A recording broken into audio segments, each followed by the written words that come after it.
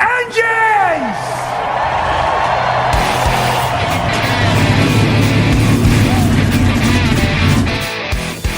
Hit the pace car! What for?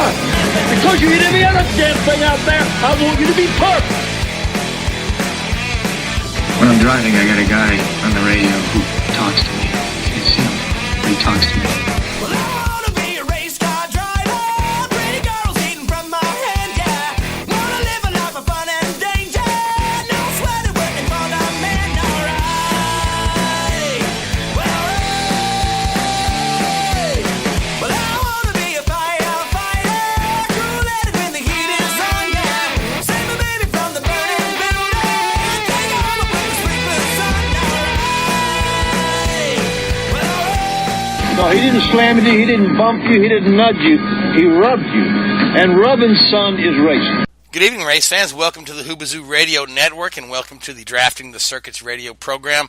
My name is Frank Santoroski. I'll be your host for the next hour as we go over everything racing. With me in the studio is Mr. Gray Warren from Richard Childress Racing, the CEO of Rouge Engineering, Richard Youden, and IndyCar.com writer, and the CEO at Motorsports Tribune, Joey Barnes, also in the house with us. How is everybody tonight? Terrific. All right, great. Yep, good, thank you.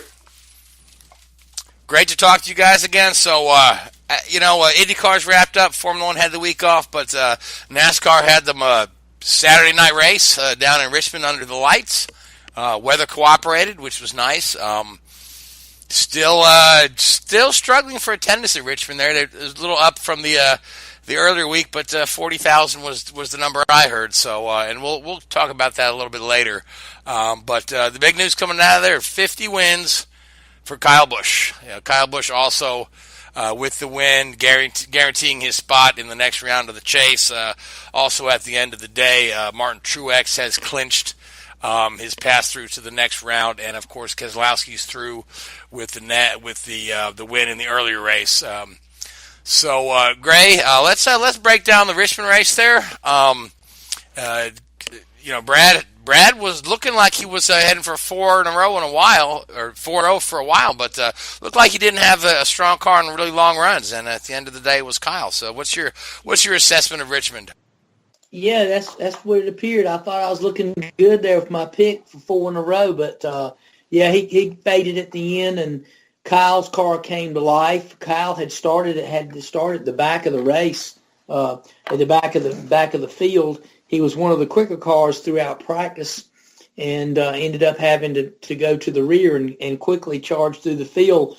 But it was like after the 3/4 mark that he really his car really came to life, and he emerged as a car to beat. Some good runs by Truex and Harvick along the way, and I guess we talked about the big three, and the big three finished 1, 2, 3 in Saturday night's race. Also a good run for Austin Dillon, probably his best race of the year. Even though he won the Daytona 500, this was probably his best complete race of the year, as he was able to come home in 6th place and ran in the top 10 for about the last half of the race and maintain his position. So some good things, and some good things for RCR to be excited about after that race. Some bad runs for some others. Denny Hamlin, we thought would run well, and he usually does at Richmond, but he faded, and he's in danger of being one of the first 4 out going into this weekend. Denny, in fact, is the lowest man on the totem pole in 16th spot there, and then he came out to the media and said he said what did he say? I'm not even worried about the playoffs. I'm just worried about running better. It's very difficult when your teammate is winning races and we're running like a bag of shit every week. So I just want to ask you, Gray and Richard, now. So you guys have worked within teams and worked on cars. When your driver gives you that vote of confidence saying, "Hey, great job on the bag of shit, guys," what does that do for the team morale? Does that make you want to just work harder and get it right for that guy, or does it kind of turn you off a little bit? Well, it can work. It can work both ways, and sometimes if you know your driver is capable of taking a good car and running up front and winning races. And for whatever reason, he's complaining that the car's not right. Then you have to look within yourself when you know your teammates' cars are running well and things like that. It'll be a way to motivate the team.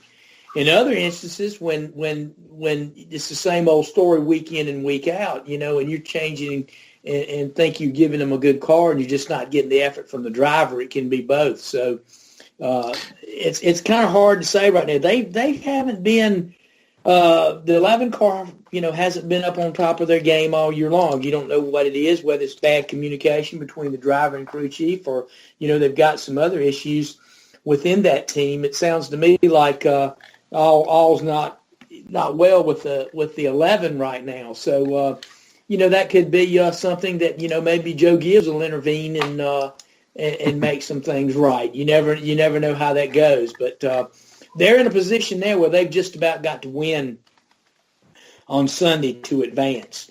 So we'll see how that plays out. That's going to be a difficult thing to go through because it was so many unknowns at the Roval. You just don't know. I'd hate to be in that situation to where have gotten myself into where I had to really count on a win at a new racetrack, essentially first time there, to try to advance. So that's going to put that team behind the 8 ball for sure. For sure, yeah. Now, Richard, do you have thoughts on this as well? Yeah, I mean, at the end of the day, an organisation like Joe Gibbs Racing, they're gonna know the situation. The crew chiefs, the race engineers, the guys on the shop floor, they're gonna know where the blame's not the right word, but where the issues are. And a lot of the times, I mean, hey, the guy who parks next to Denny Hamlin in the parking lot of Joe Gibbs went and won the race, so it can't all be bad there. Yeah.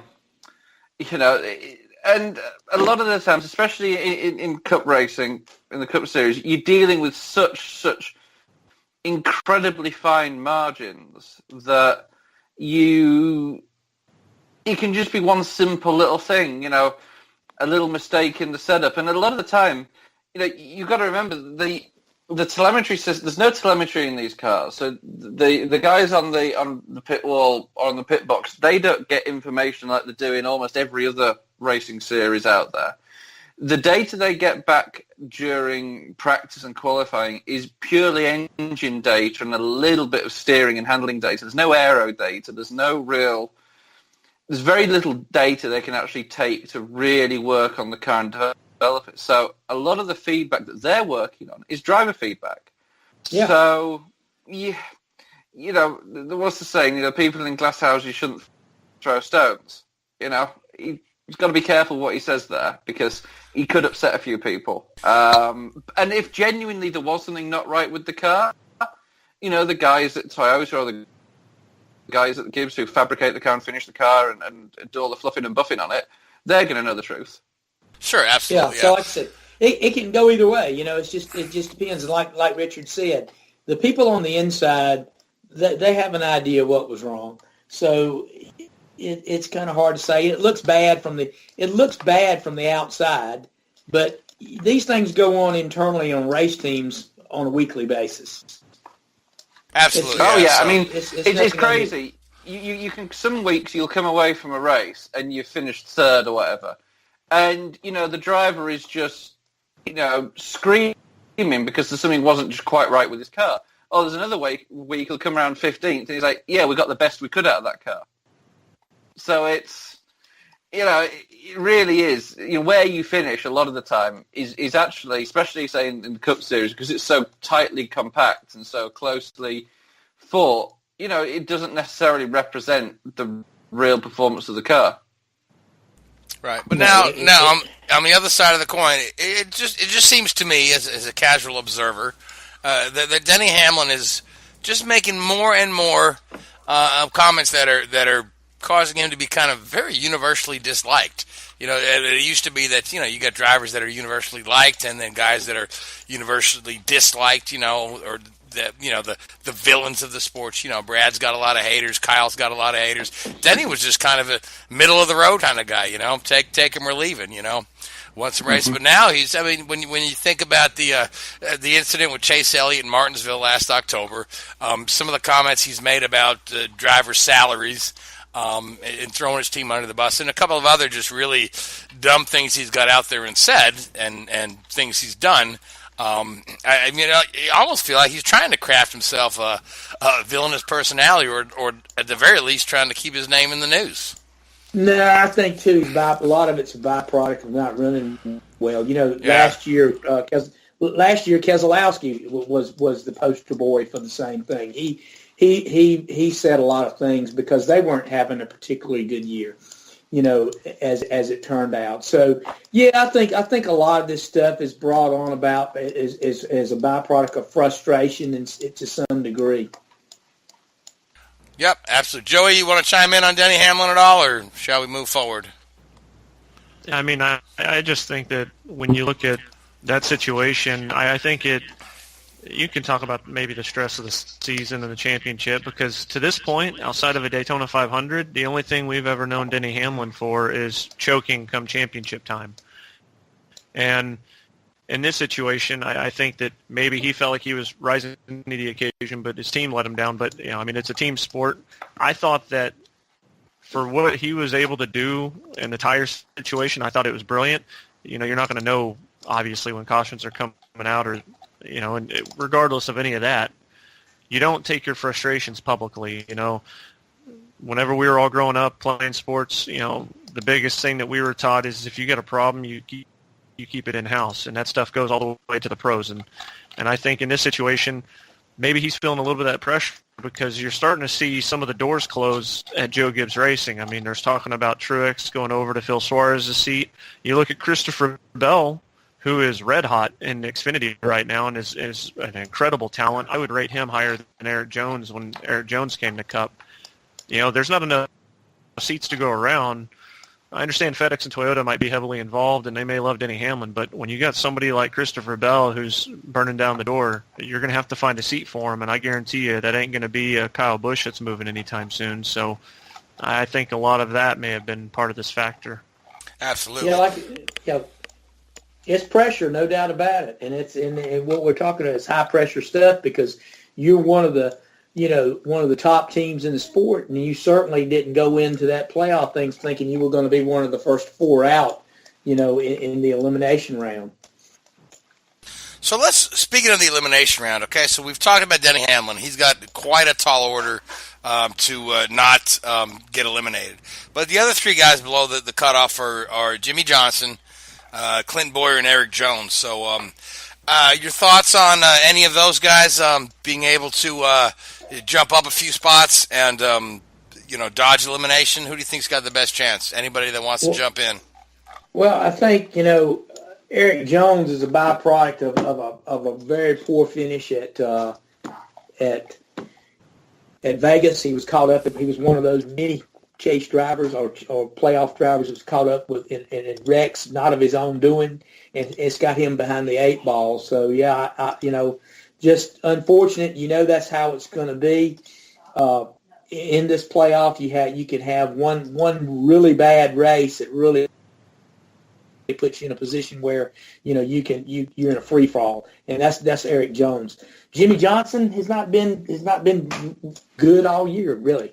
He's had some good runs of late, but it may be too little, too late in his case. I don't know if he could pull some magic out and get a decent finish and be able to slide in if somebody else has some bad luck. I mean, he's just on the cusp, of getting in. So a little bit of luck. I'm sure they're going to go in trying to get the best finish they can and protect their position to a degree, because I think they're going to rely on some other guys having some trouble and rely on Jimmy's experience and Chad Canales' experience to kind of just survive and move on to the second round.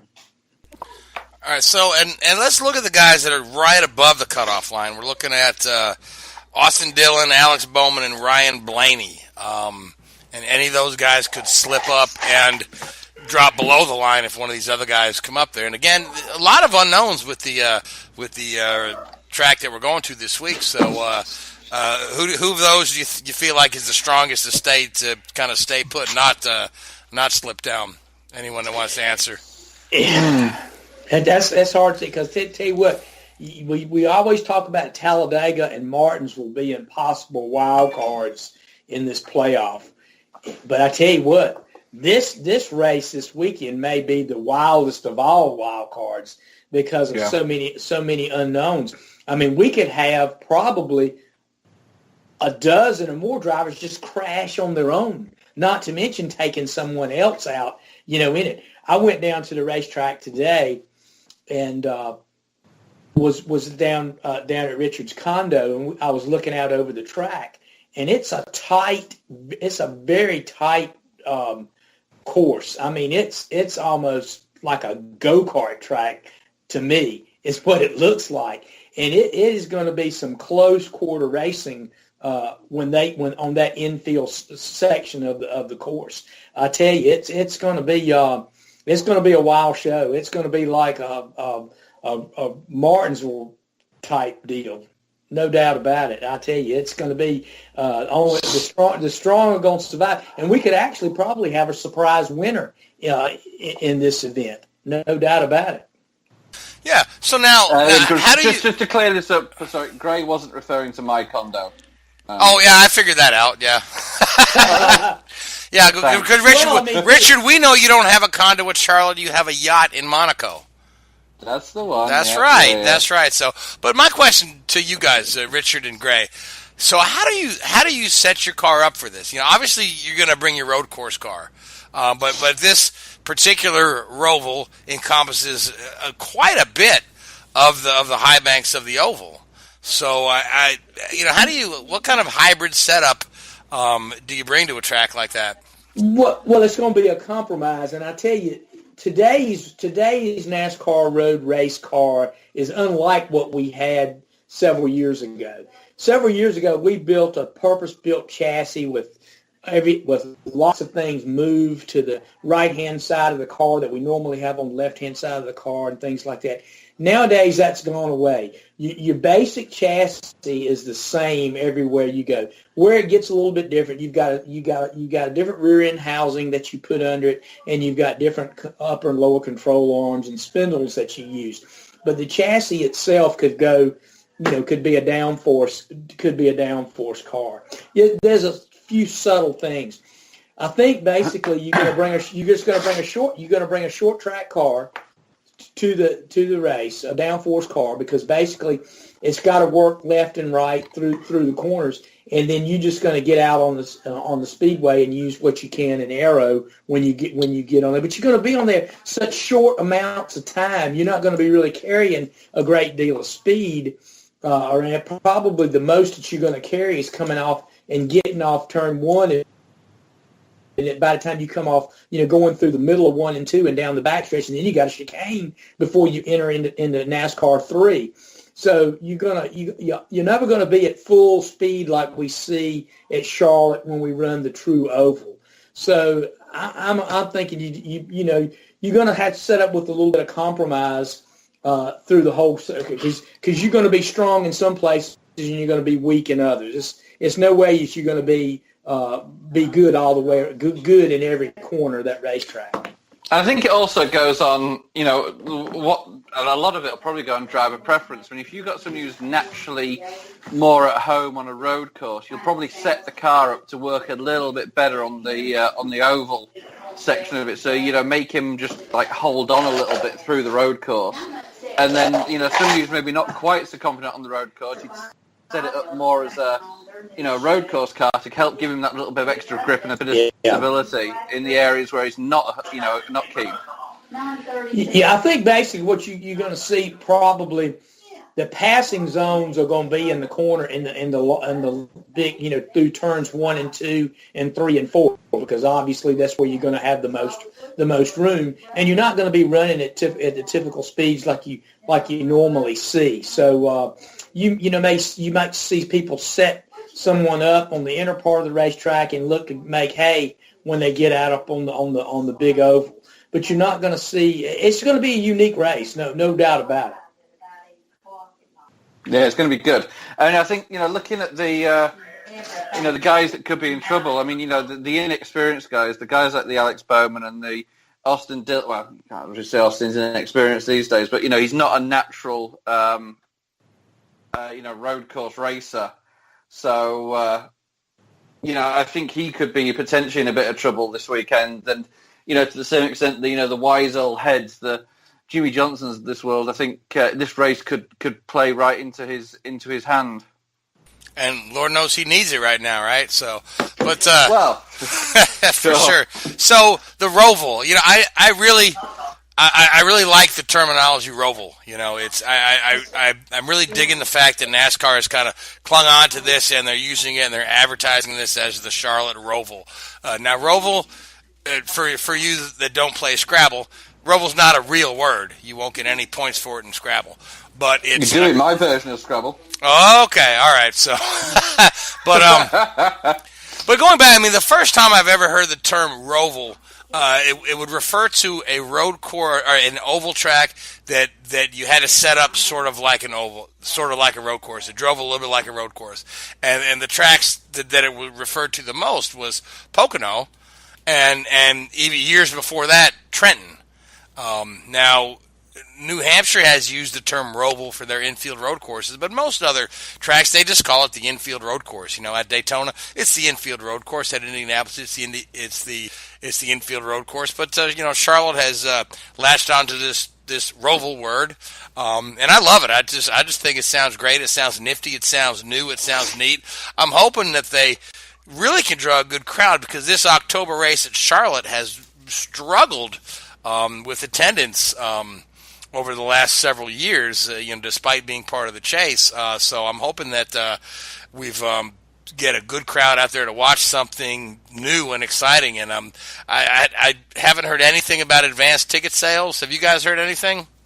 Advanced ticket sales are well above what they've been over the last several years. They're expecting a huge crowd there for this weekend. And we've talked about some things that the other sanctioning bodies are trying to do to kind of spice things up because they're all in the same boat trying to get viewers and get attendance up. I mean, I like some of the things that IndyCar's done with having the double header weekends have been terrific. I think they've gone over well at a lot of the venues that they run. But just doing something different and bringing something to spice the show up and change it up from what it normally is, I think is a good idea. And I think that's where we're headed in motorsports. We're going to have to step outside and start thinking outside the box to do some different things for the fans to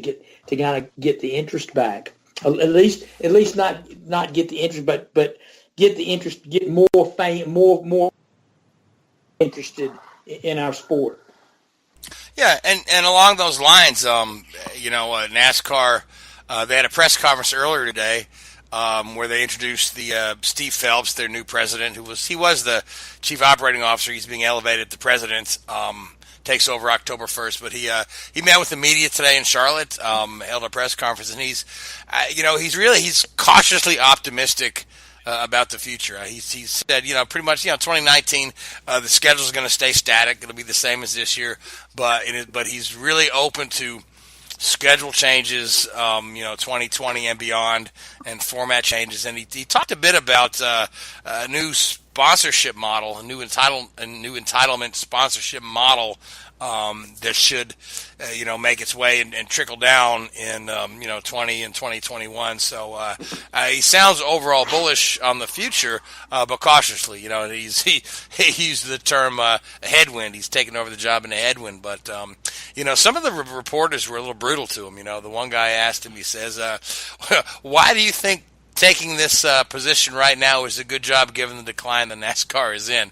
So then they threw out the question about, there are only 40,000 people in Richmond. Are you going to continue to allow racetracks that have lost 70% of their attendance to continue to have 2 races. So, it's a tough job ahead for Steve Phelps there. But the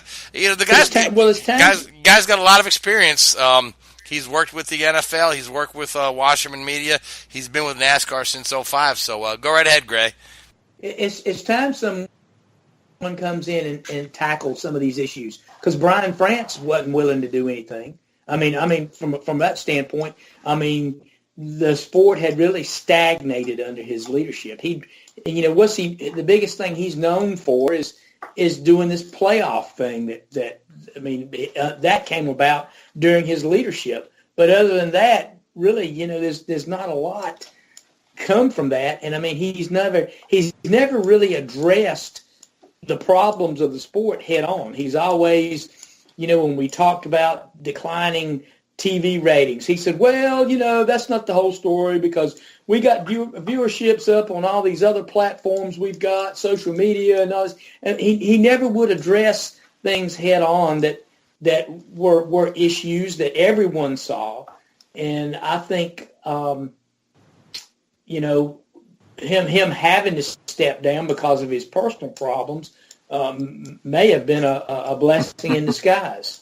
You know what I'm saying? Because basically we've got someone in there now that maybe they'll, Brian's brother will give him the ball and let him run with it. And that's because Jim France is still the CEO, but Phelps is stepping up to president. So I guess it's a matter of how much freedom he's going to get from the France family. But it sounds like this guy's got a good head on his shoulders, and he's willing to tackle these things, like you said, Gray. So, and here's one thing, one piece of advice I would give him: when you sit down and go to work on these things, obviously everybody's got a place at the table when it comes to the future of the NASCAR. But you really need to pay attention to the fans. If you give the fans what they want, the sport will thrive. And that's it sounds like a simple solution, and we all know that the problems are much more complex than that. But basically, if you cater to the fan and give the fans what they want, everybody, it's a win-win for everybody. Absolutely, yeah. Mm-hmm. I think also, you do need to look at, as well as you say, as the sports go forward, is the smaller teams as well. The big teams and the old guard, they'll survive. The sport survived, for many, many years. But, it's small teams that are propping up the sport, and they're the ones that are making up the field. Yeah, so Hendrick and Joe Gibbs and guys like that, they're not going anywhere. Right. And the guys that are successful and guys that are smart and that make good decisions and that are growing their team, they're fine. They're okay. It's the smaller teams, and it's the Starcoms of the world, and the front row and the LFRs and Jermaines and people like that. They're the ones that make up the sort of backbone of NASCAR in many, many ways. And I'm going to throw this out here too. For a long time we've seen the sport grow and grow and grow, and it's got to the point now where, and I'm going to throw this out to you guys, I think at this point in time there needs probably to be a little bit of retraction on the sport. We've got 36 races, and I've always been a purist and an old guard kind of guy, and I've always thought you had to have 36 races. But I'm beginning to think now that we probably need to retract a little bit to make our sport. We've oversaturated it to some degree, and I think to a little bit we need to pull back somewhat, and that's going to be tough. It's going to be tough in a lot of areas, tough on these racetracks and these facilities who need these events to survive, and it's going to be tough on these teams to do it. But look, it's coming. We're going to retract in one area some way or another. Obviously, when the new TV contracts go into effect and are negotiated in the coming years, that's going to change the sport. That's going to be a big wake-up call. So I don't know what we need to look at, but we always talk about IndyCar needing more races, and we'll turn around on the other thing, saying NASCAR maybe has too many. So I don't know. We've got to kind of find a good balance. Both series do that will help them grow in the future. Yep. No, you need to make it memorable again. You know, I mean, who won the Dover race this year? Oh yeah, I know. Seth would know. I know, but my point is, Seth's a freak of nature, and in the nicest possible way. But 90% of people don't know. What they remember is, we talked about the big wrecks or the Kyle Busch and Kyle Larson getting together at Chicago, I think it was, and stuff like that. They don't know who wins what race because there's so many. And it pales into insignificance. Right, and the finishes are all alike, And Gray will tell you the same thing. When you working in the industry, it's just a different airport, a different hotel, the hall is the same, the pit box is the same, maybe a different outlook from the pit box, but pretty much it's very, very, very similar week in, week out. Mm-hmm. And, you need something to differentiate it and break it up and stop the monotony of it. Yeah, and two, you've got to what the fans want. I mean, I'm hearing, and I don't know how true this is. I'm hearing they're going to implement some of the aero package that they used at the Charlotte All-Star race for next year. Yeah, hasn't been a concrete announcement yet, but we're hearing some of that, and I think basically that's because they have had to listen to the fans clamor for it ever since that race went down in Charlotte in May. They've clamored for it. When are you going to do it again? Why not do it? This would be a great track to see that because we've seen the same show. And I understand what NASCAR is saying. They do have a bit of a commitment to the owners and when it comes to making these major rule changes. But, again, the best time to do that is during the off season when the teams can prepare for it. But we'll see what happens. I think that is going to be a step in the right direction, and we'll see some races. But like you said, Richard's talking about a memorable race and a memorable experience for the fan. Well, that All-Star race was essentially that. I was there. It was a memorable race. So basically, that's Richard's hit the nail on the head, and that's what they want to see, and that's they want every week to be. To be a show, and that's what we need to give them. Yeah, and it needs to be, because like you say, Charlotte was a great show last year. I went to Kentucky, and it was a snooze fest, right? Went to Martinsville last October, and it was a fantastic show with lots of drama. So, but Joey, I want to bring Joey into the conversation here because I know you've got some thoughts on this. Changing up the schedule and these sort of things that Gray and Richard are discussing. So, yeah, I mean, Gray said a lot of good points there about just the product being oversaturated because it is, and I understand the importance of date equity. Every track promoter, that's one of the first things they say. But what good is date equity if you're going to see the same show every time you get there? I think that every mile-and-a-half track, and I don't understand the logic of this 20 years ago where every mile-and-a-half track had to look the same. Like, if Martin Truex Jr. is dominating in Vegas, he's going to do the same damn thing in Texas and Charlotte and Atlanta and Kansas, and it becomes way too much. And, I liked it when Vegas was flat and unique, and Kansas had its own design, and Chicagoland, and every mile-and-a-half had their subtle differences. And, Texas doing the repaving and reconfiguration last year, I'm really in support of that because it gives something different. But I think that the other end of this, ticket sales in Charlotte, I really hope that this Roval thing turns out good for them. I mean, most people are probably getting tickets to see if this just becomes a crap show or not. And, I mean, a wreck fest, let's be honest here. But at the end of the day, 3 dates for one track is too much. And I think, personally, we've reached the point where the All-Star race, if nothing else, the All-Star race should be revolved towards independent tracks, smaller tracks, to take care of the grassroots part of this sport. And I think, in some cases those are going to be more short tracks, but those are going to be where you get the hometown, homegrown fans that are really invested in the sport from the get-go, that go to NASCAR.com and order a ton of merchandise. I think that by doing that, it shows a commitment to the fan base, but it also shows a commitment to kind of venture out, because at the end of the day, NASCAR is still, even if their numbers are down, they're still the biggest entity racing-wise in North America. And so I feel like all racing series, let alone NASCAR, have a responsibility to make sure that we take care of the independent side. It's great. They have ties to ISC and Darlington and Daytona, and those are great tracks in their own right. But just as soon as we take care of those, if we don't do our justice on the independent circuit, we're going to see everything fall through the cracks a little bit. And so I think that,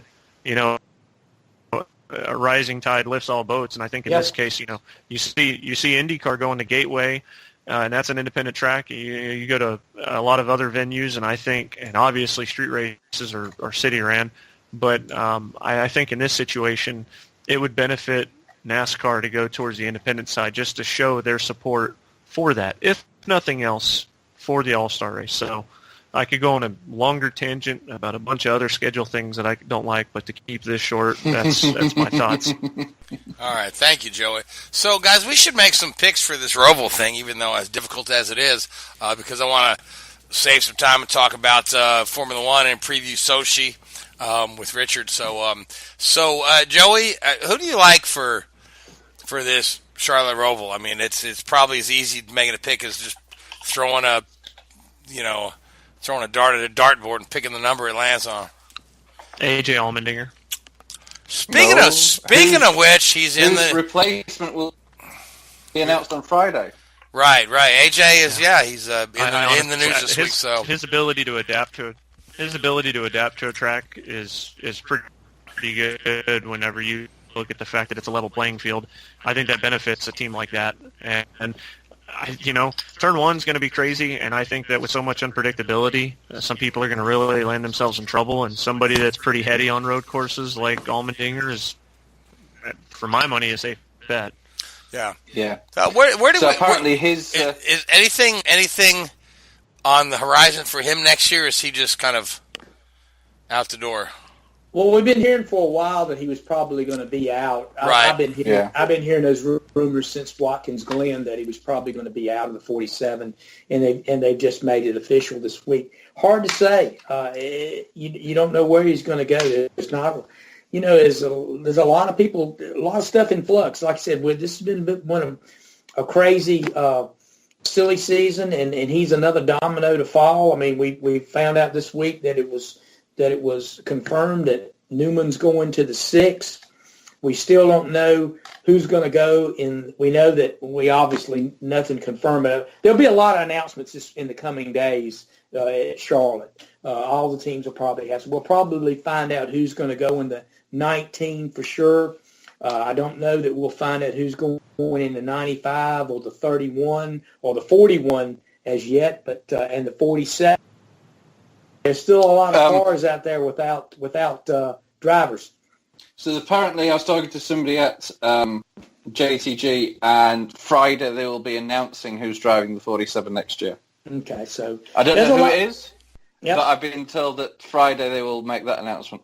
So, and I think RCR has some announcements scheduled for later in the week. But when you go to this Roval, I tell you, it's going to be. I think you're going to have to see the teams that can qualify up front and keep their car up front throughout this and play the stages correctly. I think you're going to see a lot of strategy come out. You're going to see guys give up stage points to position themselves for the last run to the checker.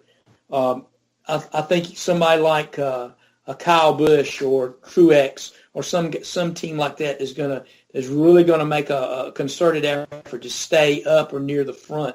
If they don't get in trouble or wreck one another or get caught up in somebody else's mess, that's what you're going to see. But there again, like I said, you could see a surprise winner if this thing gets really crazy. All right, Grace. So pick one. I'm going to say Kyle Busch. I think he he's going to try to keep his stuff up near the front, and he's a proven winner and can get it done in the clutch. All right, and Richard, for you? I'm going to go. We talked about it a little earlier about needing a good weekend. Let's go with Jimmy Johnson. All right, and I'm going to go with a guy who's down there at the bottom of the chase order who really needs some good mojo to move on, and a guy who's a pretty darn good road racer, and that's Clint Boyer. I'll go with Clint. So with that being said, let's move on to some open wheel racing news. So Richard, announcement coming out of Sauber, solidifying the driver lineup for 2019. So I'll let you break that story. Yeah, not a huge surprise. Ferrari are sort of flexing their muscles within their link to Sauber, and after running Charles Leclerc, pretty successfully for the last season, they're going to run. I can't pronounce his name now. Somebody help me on his name. How do you pronounce it? Giovinazzi? Is that what we're going with? That sounds good to me. Yep, I'll take it. Giovinazzi, yeah, we'll go with Giovinazzi, yeah. So, I'm sorry if it's not, but hey, that's what we're going with. I'm sure he's not listening. It's the natural. Well, you never know. You never know. Yeah, you never know. We reach far and wide. Yes, and we translate to Italian, I'm sure. Exactly. And it's it's the natural progression, and one day we're going to do a show that's just dedicated to me bitching about junior teams in Formula One.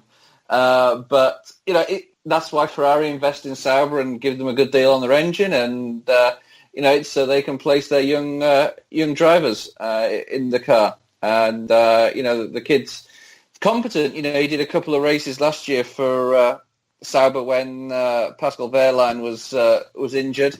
So it'd be interesting to see where he goes. Really, I don't think there's any other big news come out of Formula 1.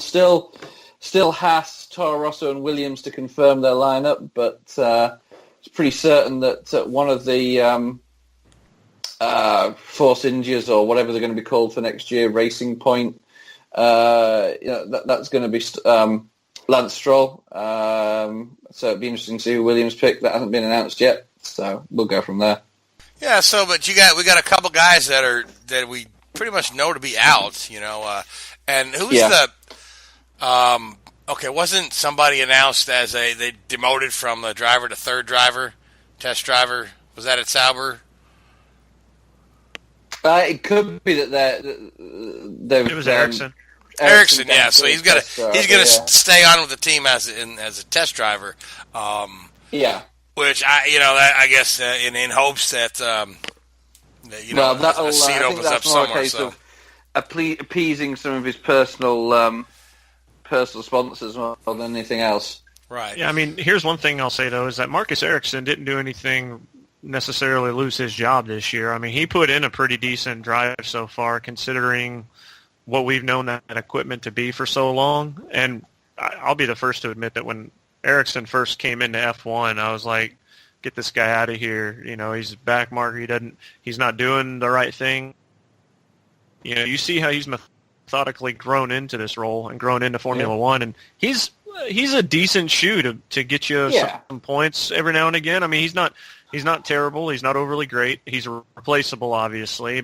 And I think that, I think the interesting thing here is, does this? I don't necessarily see Ericsson as a guy now that he's a test driver. I don't know if he comes back, because if Raikkonen's there for 2 years, Giovinazzi's probably there for a minimum of 2 years because of Vettel's deal with Ferrari. And that's even barring and if they don't look at bringing somebody in from an outside team to replace Vettel. So Giovinazzi, in some ways, may be racing for more than a future Ferrari opportunity at this point when you look at the fact that team is now starting to build itself around Charles Leclerc. And, you look at, you mentioned Ericsson there. I mean, in all fairness, it's no disrespect to him. There's far better drivers out there, far shorter careers in Formula One than he has. He's done well out of his talent. I mean, he's been in there for a good 3-4 years now. No, 5. This is the middle of his 5th season. So I mean, you look at the talent that hasn't even had a shot. I mean, I look back at Sam Bird, Jolly and Palmer got a shot, but specifically David Volsecki, some decent talents in GP2. Oh yeah, didn't really I mean, guys like Anthony. I used to work with Anthony Davidson when he was the test driver at Honda, and that guy was seriously good, but just face didn't fit at at the right time. So it's he's done very, very well for himself. I think part of the problem is the 20 cars on the grid. We got 10, exactly. You've got to pick 20 of the world's best drivers. Yeah, 20 cars. And to the point, there have been stories circulating, and we talked about it last week a little bit about should they add a third car. Should we run 3-car teams? These these teams that are just seeped in money. Run a third car for a junior driver. I mean, ultimately, I'd like to see more teams on the grid, but who wants to jump into that? Because when you look at like a Harding Steinbrenner who jumps in IndyCar, they've got a shot at being competitive right away. Yeah, you're jumping into Formula One. You're okay. Well, we'll be prepared to run at the back of the grid for, maybe the entire duration that our team is around. And the only way I think one thing they could look at is not necessarily running third cars, but running or making it easier for teams to buy older cars. If you could go out and run a year-old car in Formula One at the moment, a year-old Mercedes would be still pretty competitive. But then I guess it does beg the question of, well, then why do people like Sauber and Williams and Toro Rosso and Haas develop their own car if you could just go out and buy another car and it'd be as competitive? You've got to...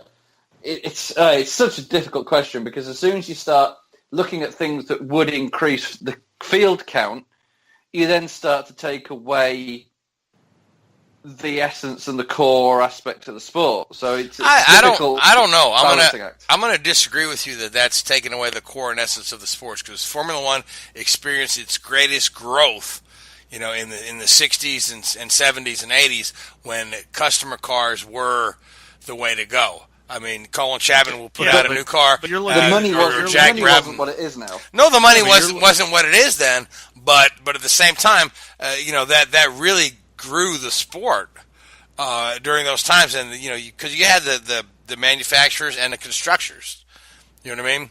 And there was a bit of a war between the manufacturers and the constructors. And the constructors used customer engines, and then you had all the smaller teams use customer cars and customer engines, and you had a full grid every weekend. You had guys that didn't qualify, and of course there's a lot of downside to that era of the sport too. But the way it is right now, it's just too lopsided towards the big 2 or 3 teams. Yeah, but in all fairness, a child grows the most when you're giving it breast milk. You don't feed it breast milk all of its life, do you? I mean, look, at the end of the day... I don't even know how to answer that, Richard. Look, at the end of the day, though, Frank, you're talking about a time where there was, lower regulations, it was more wide open, and you had a lot of manufacturers that weren't just committed. They were kind of just, it was a feeling out process. And now, with the way that the FIA operates things, the regulations are super tight. You have to have a commitment to Formula One. I mean, Hankook Tire just did a bid to be a tire supply for F1 for 2020, 2021. We're not even close to being at that point yet. I mean, it'll be here before we all know it. Like we all know growing up through the years, I mean, time flies, right? But you're looking at a different time referring to all those things. And I think now the amount of money that is needed for a manufacturer to get involved in the sport, let alone an individual owner like Gene Haas. Gene Haas couldn't do what he did without some sort of partnership with Ferrari. Otherwise, they would be running exactly where Manor and Marussia were all those years. At the end of the day, they might have a different way of thinking, and they might have some commitment, but moving a shop to England, having it based in 2 different locations, having that partnership and alliance, if you will, with Ferrari, essentially 3 locations, really. Yeah. You're looking at a situation where that wouldn't have existed back then. And so the kind of money revenue that's committed to these teams is just astronomical. And so, especially when you look at the fact that it was the teams like Audi that ended up out of whack which would have been exciting to see a team like them to come to F1. Look at the teams that have flamed out over the years. Jaguar comes to mind. BMW was involved for a bit, and that was a fun team to watch back in the day. Just 10 years ago, BMW Sauber, but the money is just way too great to run motorsports. I mean, that's the end game. Yeah. Yep. So if we put a cap on that, or never works. I know it never works, but I'm just saying it seemed to the more the merrier. I'm just saying it's a very light field in Formula One, and it's not not a very deep field either. So anyway, you and I can all agree to disagree and move on because we've got about 10 minutes left. So we're at Sochi this weekend, or we have another week off? It's this weekend. Yep. Yeah, Sochi. Yep. All right. So let's preview the Sochi circuit for us, Richard. A new one of the typical sort of Tilke tracks, really, based around the old Winter Olympic Park from whenever it was, 2014 was it? The Winter Olympics was there. And yeah, it's not a bad little circuit, Again, a lot of concrete barriers, big tarmac runoff areas, a couple of interesting corners, but it's a very bland circuit again, I think. It's like a Formula E circuit. Yeah, to a certain extent. Yeah, you're not far off there. It just doesn't thrill you. It's a very, it's like, you're asking me to describe it and it's hard. Oh well, I mean, you did a pretty good job there. It's bland and it's flat. There's a good run down to turn 2. Turn 1 is like a little kink that you don't really counteract, and then you got a big sort of sweeping 180-degree left-hand turn at one point around the ice rink or whatever it is, which isn't too bad. But yeah, it's yeah. All right, so who do you like for the race? Yeah, I think Bottas. He won there last year. He's been quick there when he's raced there for Williams. I think that could be. I think he could get off it, get out of his flunk a little bit, and hopefully this is the perfect track for him to go to after his recent struggles. So, all right, Gray, you like anybody for Sochi? I'm going to say Vettel. He's got to kind of rebound and kind of start trying to close some ground on Hamilton. Yeah, this thing is getting away from him quick. Yeah, so good pick, Joey. Sergei Sorokin in his debut. No. Okay, yeah. Home debut for Sergei Sorokin there. Who did you pick, Gray? Vettel? Vettel, yeah. The Red Bulls are gonna be rough there. I'll just say Raikkonen. Odds are it's going to be Hamilton walking away, unfortunately, but to be different, I'll say Raikkonen. And I'll just say Hamilton because it's always a safe bet. So, but now some news regarding Billy Monger. We've talked about him, on and off throughout the year. Yeah, the kid was involved in an accident. He lost both of his legs, and he's back in a race car. But Joey, there's been some talk coming out of Trevor Carlin that they may be looking at taking him out of Europe and moving him on the Mazda Road to Indy program. They said the car he's running right now, the Formula 4, is very similar to the USF 2000 car. And if his backers don't help him out in Europe, they may look at this. So, or Formula 3 rather. Yeah, I mean, I think that it wouldn't be necessarily a bad choice, right? I mean, we've seen guys come over from British F3 and do well. Carlin drivers, matter of fact. Ed Jones comes to mind. He, if I remember right, had a broken back in the junior series in Europe. Comes over here and wins an Indy Lights title, and now he's racing with Ganassi. So it wouldn't be a bad call. I think that certainly the transition possibility is there for him to do well. It would be good for Carlin to get back on the grid, especially if this is. I don't imagine it would be anywhere else other than Indy Lights. But I think it's important that we have some focus, especially on the English side of things, British side of things, in the junior levels, like Indy Lights. I mean, that having Ed Jones, even though he's a Dubai-born Brit, right? So it's however we have to. Hey, we take him in whatever way we can get him. Well, the funny thing is, half your average fans believe he's an American driver. Yeah. So until they speak with him, But I think when you look at the fact that, like, we got Jordan King, who's a part-time driver. We got Chilton, who's starting to come into his own later at the end of the year with Carlin in IndyCar in their first year. And we got Ed Jones. There's not a lot of Brits that are running an IndyCar. And you know what? It's kind of weird that you see New Zealand getting 5 championships with Scott Dixon over here, but and we got that attraction with Will Power getting the Indy 500 win. But it would be good to have a little bit more international flavor that was at the tip of the grid. And I think that, can he be that? I honestly don't know. I mean, you got to get through the junior levels first, right? But I think that to put more eyeballs in the junior series, especially in Indy Lights, certainly wouldn't be a bad thing. And I think he'd be able to do that. I do question, and I know there's Rockingham over there in Britain, but not for much longer, there isn't. Yeah, but they're tearing that one down. Yeah. Yeah, but so that said, that's kind of where I'm leading to is I question how his adaptability would be on the ovals, considering the fact that they don't have ovals really over there. So it's a training ground, but Indy Lights, I'll put it very simply. Homestead, spring training, the Indy Lights cars are doing an oval test, and those speeds are greater than anything a Cup car does in the season finale. Those speeds are well over 200 miles an hour. They're extremely fast compared to a Cup car. So you're going over there, and you're already faster at the top junior series level in IndyCar. You're already going faster than a NASCAR Monster Energy Cup car. So there's not really a lot of room for error. Train all you want, but at the end of the day, hopefully he can adapt, and I think it would be good for the sport.